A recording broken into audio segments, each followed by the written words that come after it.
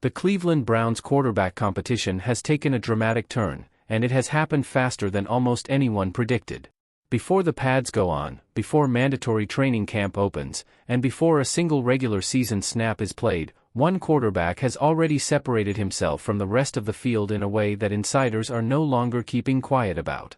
Shedeur Sanders walked into what was being described as a wide-open three-man quarterback battle and, within just one day of non-mandatory training, the internal conversation inside the Browns facility in Berea, Ohio has shifted completely. The reports coming out are not speculation, they are not Twitter noise, and they are not manufactured drama for clicks. These are direct signals from people embedded inside the organization who are watching this situation develop in real time, and every single one of those signals is pointing in the same direction. To fully appreciate the weight of what is happening in Berea, it is important to understand what non-mandatory training sessions actually represent in the structure of the NFL offseason. Under the collective bargaining agreement, these sessions are entirely optional. Players face 0 fines, 0 penalties, and 0 professional consequences for skipping them. This is the time of year when veterans rest their bodies after long seasons, when high-paid free agents take extended vacations, and when many quarterbacks do not step inside their team's facility for weeks at a time. The league explicitly protects a player's right to be absent during this phase of the offseason, and a significant number of players across the league exercise that right every single year. That context matters because when a player, especially a rookie quarterback entering one of the most scrutinized competitions in the entire league, chooses to show up every single day during this optional window, it is a voluntary statement of intent. Shedeur Sanders is not in that building because anyone told him to be there. He is there because he understands precisely what is at stake and precisely what separates quarterbacks who earn starting jobs from those who spend their careers on the bench. There are also CBA restrictions during this phase that prohibit live throwing, padded work, and traditional on-field reps, and yet Sanders is maximizing every available moment, learning the playbook inside out, building relationships with his new coaching staff, and absorbing offensive coordinator Todd Monken's system from every possible angle. That level of dedication during a period where nothing is required of him is exactly what has begun turning heads inside the Browns organization. The report that changed the entire conversation came from Peter Schrager, one of the most respected and well-sourced insiders in the NFL media landscape. Schrager is not a personality who throws bold quarterback predictions around carelessly or recklessly. He has spent years building relationships with front office personnel and coaching staffs across the league, and his reports carry the weight of credibility that comes with that access. When Schrager stepped forward and reported that Shedeur Sanders is not merely participating in the Browns quarterback competition but is actively leading it ahead of both Deshaun Watson and Gabriel, that was not a casual observation. That was a bombshell delivered with sourcing to back it up. Going into this offseason, conventional wisdom across the league had positioned this as a competitive three-man race where Watson's experience at the NFL level gave him a natural edge and Gabriel's draft pedigree kept him in the conversation. Schrager's report dismantled that entire framework in one fell swoop. Sanders is not the underdog clawing for a seat at the table. He is the name that people inside the organization are already centering the conversation around. What makes this report even more significant is where Schrager went to confirm it. He spoke directly with head coach Todd Monken, and the tone that came back was anything but the careful, diplomatic non-answers that coaches typically offer when they are trying to protect the optics of an open competition. Monken was reportedly optimistic, encouraging, and almost enthusiastic when discussing Shedeur's development. That is not the language a coach uses to describe a player who is simply holding his own. That is the language of a coach who is watching something special begin to materialize in front of him, and who is no longer interested in hiding his excitement about it. Monken has coached elite quarterback talent throughout his career at multiple levels of football, and for him to speak this way after only the opening stages of the off-season program is a signal that cannot be dismissed. While Shedeur Sanders has been building momentum, the picture surrounding his two competitors has been moving in a very different direction. Gabriel, selected in the third round of the 2025 NFL Draft and carrying legitimate athleticism and upside on paper, has not been present at non-mandatory sessions. His physical absence alone would be notable given the circumstances, but the detail that head coach Todd Monken himself revealed publicly makes the situation far more damaging. Monken disclosed that Gabriel has not reached out to him since he took over as head coach. Not a single phone call. Not a single text. Not one attempt to introduce himself, ask a question about the offense, or establish any kind of relationship with the man who will be running the system he is supposed to compete within.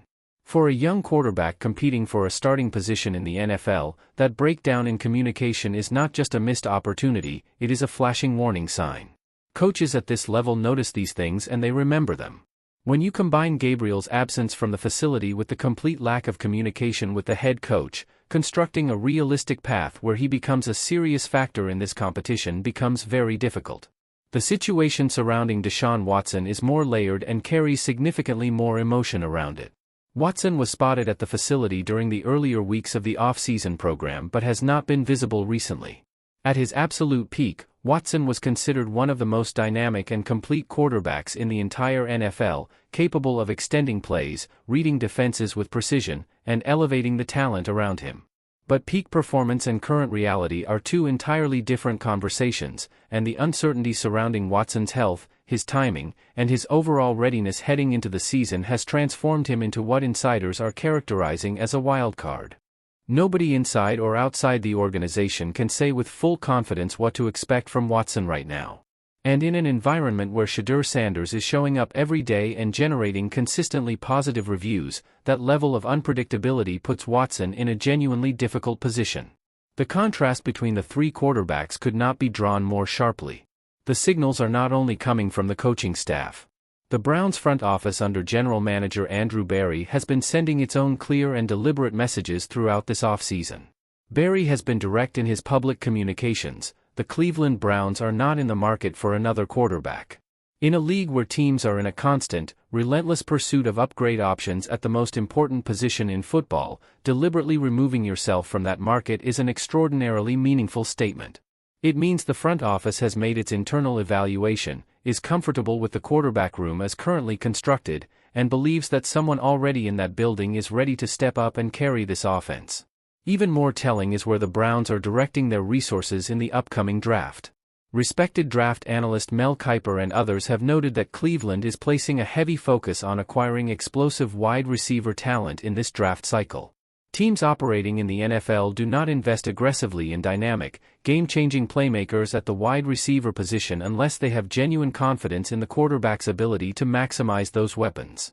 Building a receiver core designed to stretch the field, create separation, and win contested catches is the blueprint of an organization preparing for a quarterback who can read defenses quickly and deliver the football accurately under pressure.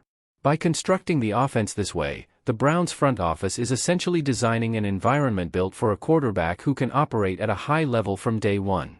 The addition of a deep threat like KJ Corpse, a name that has appeared prominently in discussions about Cleveland's draft targets, would give Sanders a legitimate vertical weapon to complement the rest of the receiving core. Combined with the ongoing development of tight end Harold Fannin Jr., who built one of the most productive and reliable connections with Shedeur throughout their time together in college football, the offensive pieces being assembled in Cleveland are not being gathered randomly. They are being gathered with a specific quarterback in mind, and the evidence suggests that quarterback is Shedeur Sanders. Beyond attendance records and insider reports, the picture that is emerging from inside Browns facility involves qualities that scouts and coaches at the NFL level regard as among the most difficult to develop in any quarterback. Processing speed, communication clarity, adaptability under pressure, the ability to lead with a presence that elevates the performance of everyone around you. These are not traits that can be drilled into a player over a summer. They are either naturally present or they are not. What teammates and coaches are reportedly observing from Shedeur Sanders is a player who demonstrates all of these qualities with a maturity that exceeds what is typical for a first-year professional. He is not simply memorizing plays and executing assignments. He is engaging with the concepts behind the plays, asking the kinds of questions that signal deep football intelligence, and demonstrating an understanding of Todd Monken's offensive system that goes well beyond surface-level recall. There is a fundamental difference between a quarterback who knows a playbook and a quarterback who owns it. By all credible accounts coming out of Berea, Shedeur Sanders is tracking toward ownership. The chemistry developing between Sanders and the receivers currently in the building has also caught meaningful attention inside the organization. Timing and trust between a quarterback and his pass catchers are not built overnight, but every walkthrough, every film session, and every conversation on the practice field adds a measurable layer to that foundation. The rate at which those connections are forming in Cleveland this offseason has registered as notable, particularly given the early stage of the process. That kind of accelerated development in the spring, before a single regular season game has been played, represents an extraordinary trajectory for any first-year quarterback. There were legitimate questions about Shedeur Sanders heading into this process, and those questions deserve to be taken seriously rather than dismissed. The transition from college football to the NFL is statistically and historically the most difficult leap a quarterback can make in the sport. The speed of the game increases dramatically. Defensive schemes become exponentially more complex. Pass rushers operate at a level of athleticism that simply does not exist at the collegiate level. Skeptics who suggested Sanders might need developmental time before being ready to compete at this level were not making unreasonable arguments, they were making historically informed ones. But development does not occur in a vacuum. It accelerates through immersion, through daily repetition, and through the willingness to engage with discomfort rather than avoid it. Every action Shedeur Sanders is taking during this off-season period is directly compressing his development timeline. He is getting the reps, building the knowledge base, and forming the professional relationships that translate to real performance when the regular season arrives. The critics were not necessarily wrong to ask the questions. They are simply watching those questions get answered, methodically and consistently, one day at a time. The Cleveland Browns quarterback race looked genuinely uncertain just a few months ago. 3 names, 3 different situations, and no clear answer on the horizon. But clarity has a way of emerging when one player consistently outworks everyone else in the room and backs that work up with the kind of football intelligence that coaches at the highest level recognize immediately. Peter Schrager is saying it publicly. Todd Monken is implying it in his press conference language. Andrew Berry is building the roster around it. The front office, the coaching staff, and the insiders with the closest proximity to this situation are all pointing toward the same conclusion. Shedeur Sanders is not simply competing for this job. He is leading for it, and the lead is growing. If this breakdown gave you everything you needed and you believe Shedeur Sanders is the future of the Cleveland Browns, hit that like button right now and let us know in the comments where you stand on this quarterback competition. If you are not already subscribed to the channel, hit that subscribe button and turn on your notifications, because this story is moving fast and we will be here with every update as it develops.